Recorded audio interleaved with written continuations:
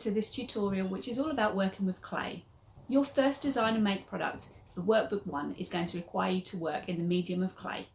Now, it's a really good idea when working with new materials to explore their working properties before you start handling them. And what we mean by that is understanding how the materials actually work. When we talk about the properties of material, we're generally talking about describing that material. So as an example, we might describe metal as a strong material, plastic can be a colourful material, and clay is mouldable. The type of clay we'll be using in workbook 1 is traditional earth clay made from fine grains. It's a traditional material, and the earliest known pottery vessel made from clay dates to around 18,000 years ago. Its malleable properties make it ideal for making pottery, bricks and artwork, and it has done for centuries. Modelling dough is a more modern material and is known as an oil-based clay. Because oils don't evaporate like water, it can remain malleable even when left in dry environments for long periods of time. It's a child-friendly material and is often used as an education and play material for young children. Polymer clay is another modern material that incorporates plastic.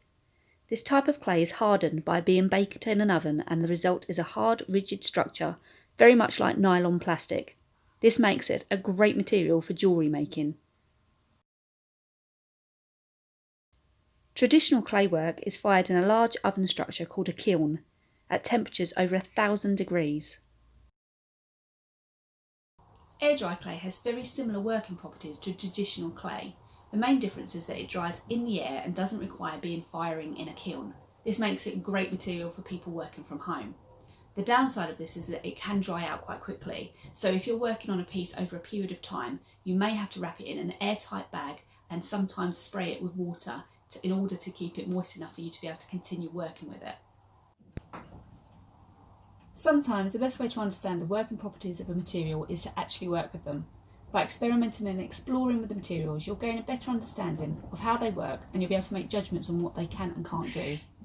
Here I've made 3 roses using 3 different forms of clay, but the same techniques. When I worked with each of them, I noticed slight differences. So these 2 were easier to work with and to handle. This one required a little bit more work. It was a much harder clay, and I needed to mould it with my hands a lot more. But this did mean that I could work on a smaller scale with it. It wasn't as fragile as these 2. You'll notice these 2 have got a lot of colour already added to them. The benefits of these types of clay is that they come in a range of colours.